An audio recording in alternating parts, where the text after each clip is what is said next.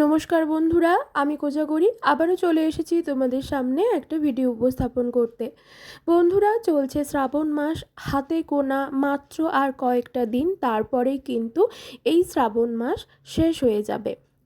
শ্রাবণ মাস আমরা সকলেই জানি দেবাদিদেব মহাদেবের মাস। এই মাসে সমস্ত মনস্কামনা পূরণের জন্য দূর দূরান্ত থেকে ভক্তরা নগ্ন পায়ে ছুটে আসেন মহাদেবের মাথায় জল ঢালতে। শুধু একটাই উদ্দেশ্য, মনস্কামনা পূর্ণ। তাই বন্ধুরা, এই শ্রাবণ মাস চলাকালীন শত্রুতা থেকে মুক্তির উপায় খোঁজার জন্য তোমাদেরকে ছোট্ট টোটকা টিপস কিছু আমি দেবো, যেগুলো থেকে অনায়াসেই মুক্তি পাবে। অনেক মানুষ থাকে যারা তোমার ভালো চায় না, খারাপ চায় বা অহরহ ক্ষতি করে চলেছে। সেই সকল মানুষের হাত থেকে নিষ্কৃতি পাওয়ার জন্য তোমাদের ছোট্ট ছোট্ট টোটকা টিপস কিছু আমি দেবো, যার দ্বারা তোমরা ভীষণভাবে উপকৃত হবে। তবে বন্ধুরা, শ্রাবণ মাস শেষ হবার আগেই কিন্তু এই ক্রিয়াগুলি তোমাদেরকে সম্পন্ন করতে হবে। ভীষণভাবে উপকৃত হবে, হাতে নাতে ফললাভ করবে। সমস্তটাই জানাবো, তবে চলো তার আগে আমার চ্যানেলের ইন্ট্রোটা দিয়ে ফেলি। যারা ইউটিউব থেকে দেখছো তাদেরকে জানাই আমি ওমের মা চ্যানেল থেকে সবাইকে সুস্বাগতম। আর যারা আমার ফেসবুক পেজ কোজাগরি ঘোষ এইখান থেকে ভিডিওটি দেখছো তাদেরকেও সুস্বাগতম জানাই। ভিডিওটি ভালো লাগলে অবশ্যই একটা লাইক আশা করব তোমাদের কাছ থেকে। শেয়ার করো আপনজনেদের সাথে। আর যদি স্পেশাল করে কিছু জানার থাকে অবশ্যই আমাকে কমেন্ট করো, আমি তোমাদের কমেন্টের রিপ্লাই দেবো। তো চলো বন্ধুরা, আর বিশেষ দেরি না করে একটা একটা করে ছোট্ট ছোট্ট টোটকা টিপস তোমাদের সাথে শেয়ার করি শত্রুতা থেকে মুক্তির উপায় বার করার জন্য। 1 নম্বর যেটা, সেটা অত্যন্ত সহজ পদ্ধতি। লাগবে একটি ভোজপত্র, লাগবে একটি কাজল, আর লাগবে একটি পেরেক। পেরেকটি যেন লোহার হয়। কি করতে হবে তবে? করতে হবে এই শ্রাবণ মাস চলাকালীন যে কোনো দিন, হাতে গোনা আর কয়েকটা দিন আছে, সব থেকে ভালো ফল পাবে যদি সোমবার দিন এই ক্রিয়াটি করো। শ্রাবণ মাস চলাকালীন রাত্রে যে কোনো দিন ওই যে ভোজপত্রটি বললাম, ওই ভোজপত্রটিতে তোমার যে শত্রু আছে, যে প্রতিনিয়ত তোমার ক্ষতি করে চলেছে, তার নাম লিখে দেবে ওই কাজল দিয়ে, ওই পেরেক সহযোগে। ওই যে কালো একটা কাজল কিনতে বললাম আর একটা লোহার পেরেক বললাম, ওই কাজলটি দিয়ে লোহার পেরেক সহযোগে শত্রুর নাম লিখে দেবে ওই ভোজপত্রটিতে। একটি ভোজপত্রে কিন্তু একটি শত্রুরই নাম লেখা যাবে। ধরো তোমার 2-3 জন মিলে কোনো ক্ষতি করছে, সেক্ষেত্রে ভোজপত্র অনেকটা বড় হয়, সে যে কোনো দশকর্মার দোকানে তুমি পেয়ে যাবে। সেই ভোজপত্রগুলিকে তুমি ভাগ ভাগ করে নেবে, দিয়ে তোমার যটি শত্রু, মানে যারা তোমার মনে হয় অহরহ ক্ষতি করে চলেছে, তাদের সকলের একটা একটা করে ভোজপত্রে কিন্তু এক একজনের নাম লিখবে। নামটি লিখে তোমার ঠাকুর ঘরের সামনে রাখো। তবে একটি মন্ত্র উচ্চারণ করতে হবে। মন্ত্রটি হলো, মন্ত্রটি পরে বলছি, মন্ত্রটি যে উচ্চারণ করবে সেটা 108 বার উচ্চারণ করতে হবে। মন্ত্রটি হলো যথাক্রমে ওম ভগবতে রুদ্রায় নমঃ, ওম ভগবতে রুদ্রায় নমঃ, ওম ভগবতে রুদ্রায় নমঃ। মন্ত্রটি যখন জপ করবে তখন মন্ত্রটি 108 বারই জপ করতে হবে। তারপর মনে মনে তোমাকে একটাই কথা বলতে হবে, ওই শত্রু যেন কোনো ক্ষতি তোমার আর করতে না পারে, যেন সে পরাজিত হয়। আর সাথে এটিও বলবে যেন আমিও এর কোনো ক্ষতি চাইছি না।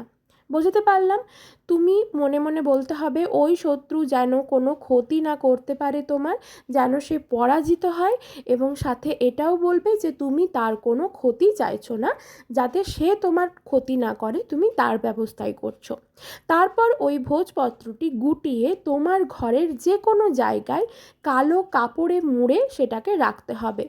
এমন জায়গায় রাখবে সেই জায়গায় যেন কারোর চোখ না পড়ে, ঠিক আছে? এটা একটু মনে রাখতে হবে। 2 নম্বর যেটা, সেটা হলো বিউলির ডাল চাই। গোটা অক্ষত 38টা, 38 অর্থাৎ 38টা, 38 বিউলির ডাল তোমার ডান হাতের তালুতে নেবে। নিয়ে তোমার যে শত্রু, সেই শত্রুর নাম বলবে 7 বার। তারপর মনে মনে ওই একই কথা বলবে, যেই শত্রুর নাম করছো, ধরো তার নাম রাম, মনে মনে এটাই বলবে, রাম যেন কোনো ক্ষতি তোমার করতে না পারে, যেন সে পরাজিত হয়। আর সাথে একই কথা বলবে, আমিও তার কোনো ক্ষতি চাইছি না। তোমার যে শত্রুর নাম যদি সে একটা হয় তো একটা, যদি 10টা হয় তো 10টা, 10 জনের নাম বললে বা একজনের নাম বলে ওই কথাটি বলবে।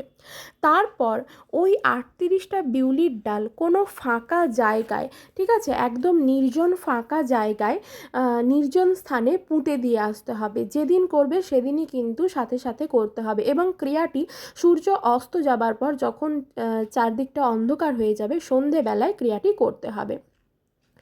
এবার তোমাদের যদি কোনো অসুবিধে থাকে তাহলে সেক্ষেত্রে বলবো সূর্যোদয়ের আগে, অর্থাৎ সূর্য যখন উদয় হচ্ছে তার আগে অথবা সূর্যাস্তের পরে এই ক্রিয়াটি করতে পারো। যাদের অসুবিধে হবে রাত্রেবেলায় করতে তাদের ক্ষেত্রে বললাম, আর নচেত রাত্রেবেলায় ক্রিয়াটি করলে ভালো হয়, তবে সবার চোখের আড়ালে। ওই জিনিসটি পুঁতে দেবার পর পিছন দিকে আর না তাকিয়ে চলে আসবে, ঠিক আছে।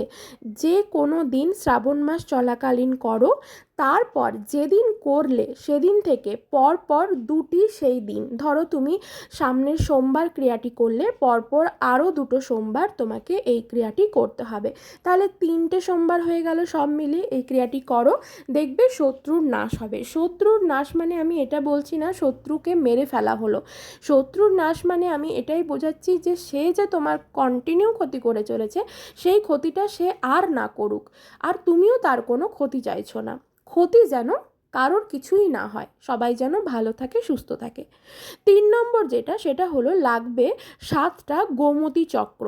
গোমতী চক্র অর্থাৎ যেটা আমরা নাভি শঙ্খ বলি, গোমতী চক্র দশকর্মার দোকানে পেয়ে যাবে। লাগবে একটা সরু লাল মার্কার পেন, যেটা বইয়ের দোকানে পাওয়া যায়। ওই গোমতী চক্রে ওই লাল মার্কার পেন দিয়ে তোমার শত্রুর নাম লেখো, যে শত্রুটি তোমার আছে। আমি এক কথা বললাম, যদি একজন শত্রু থাকে তাহলে একটাই নেবে গোমতী চক্র, যদি 10 জন থাকে 10টা লাগবে। সকলের নাম কিন্তু একটা জায়গাতেই লিখতে পারবে। যখন ভোজপত্রের কথা বললাম, ভোজপত্রগুলি ভাগ ভাগ করে একজনেরই নাম লিখতে পারবে এক একটাতে, ঠিক তেমন গোমতী চক্রতেও তাই। তারপর ওই যেটা নিলে ওই নাভি শঙ্খ অর্থাৎ গোমতী চক্রটা তুমি তো নাম লিখে ফেললে, তারপর সেটা যে কোনো অশ্বত্থ, যেখানে অশ্বত্থ গাছ আছে সেই অশ্বত্থ গাছের গোড়ায় পুঁতে দাও। অশ্বত্থ গাছের গোড়ায় পোঁতার জন্য বাড়ি থেকে একটা চামচ নিয়ে যাবে কি ছুরি নিয়ে যাবে মাটিটাকে একটু গর্ত করার জন্য। যদি দেখো কোনো কাঠি পাচ্ছ সেই কাঠি দিয়েও করতে পারো, মানে একটু গর্ত করতে হবে, আশা করি আমি বোঝাতে পারলাম। দিয়ে সেটাকে গর্ত করলে, গর্ত করার পর সেটাকে অশ্বত্থ গাছের গোড়াতেই পুঁতে দিতে হবে। তারপর তোমার নিজের ডান পা দিয়ে 7বার চেপে দেবে, গুনে গুনে 7বার।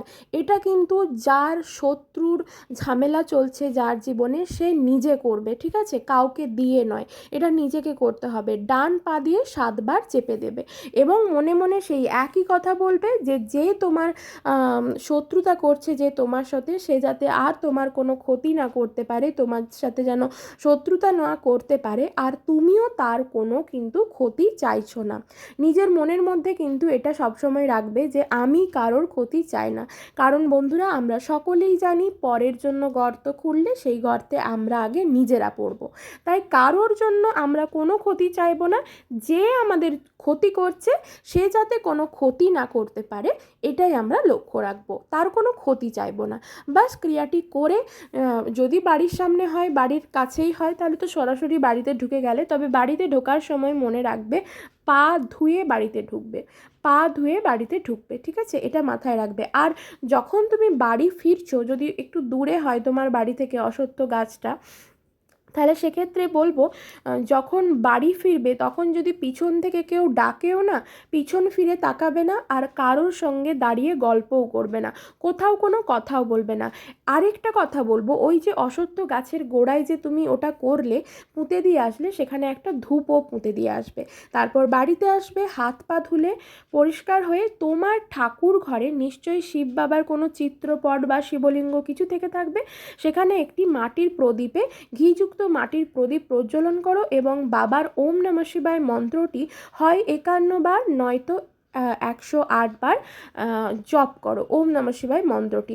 জপ করার সময় দেখবে কেউ যেন পিছন থেকে তোমাকে না ডাকে। বাস ক্রিয়াটি করো, তোমার জীবন শত্রুতা থেকে মুক্তি পাবে, শত্রুর নাশ হবে, কোনো শত্রু তোমার কখনো কোনো ক্ষতি করতে পারবে না। আজ ভিডিওটা ছিল শত্রুতা থেকে মুক্তির উপায়। সকলে খুব ভালো থেকো, সুস্থ থেকো, সাবধানে থেকো।